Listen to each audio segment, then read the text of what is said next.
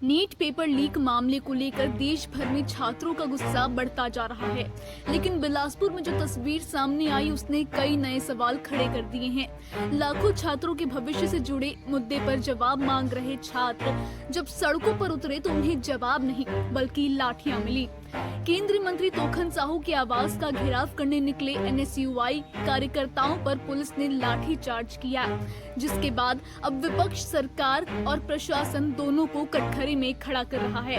सवाल ये है कि क्या छात्रों की आवाज सुनने के बजाय उसे दबाने की कोशिश की गई? आइए जानते हैं।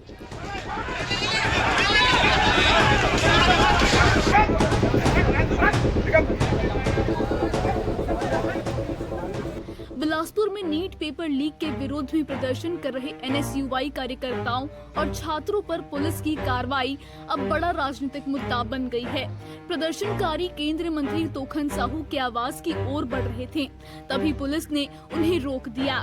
कुछ ही देर में स्थिति तनावपूर्ण हुई और फिर पुलिस ने लाठी चार्ज कर दिया। इस कार्रवाई के बाद सबसे बड़ा सवाल यही उठ रहा है कि आखिर जिन छात्रों का भविष्य दांव पर लगा है, उनकी आवाज सुनने के बजाय उन पर बल प्रयोग क्यों किया गया? विपक्ष का आरोप है कि सरकार नीट पेपर लीक जैसे गंभीर मुद्दे पर जवाब देने के बजाय विरोध की आवाज को दबाने में लगी हुई है। प्रदर्शनकारियों का कहना है कि वे सिर्फ निष्पक्ष जांच और दोषियों के खिलाफ सख्त कार्रवाई की मांग कर रहे थे, लेकिन उनकी मांगों पर चर्चा करने के बजाय पुलिस बल का इस्तेमाल किया गया।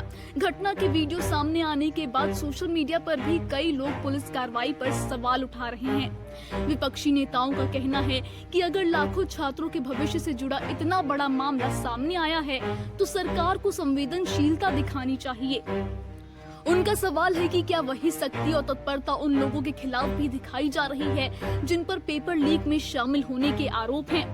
नीट यूजी 2026 पेपर लीक मामले ने पहले ही शिक्षा व्यवस्था की विश्वसनीयता पर सवाल खड़े कर दिए हैं। ऐसे में छात्रों पर हुए लाठीचार्ज ने इस विवाद को और अधिक राजनीतिक बना दिया है। अब चर्चा सिर्फ पेपर लीक तक सीमित नहीं रह गई, बल्कि विरोध प्रदर्शन और पुलिस कार्रवाई भी बहस का केंद्र बन गई है। नीट पेपर लीक के खिलाफ शुरू हुआ छात्र आंदोलन अब सरकार और पुलिस प्रशासन की कार्यशैली पर भी सवाल खड़े कर रहा है। क्या छात्रों की आवाज को सुना जाएगा या फिर विरोध पर इसी तरह सख्ती जारी रहेगी?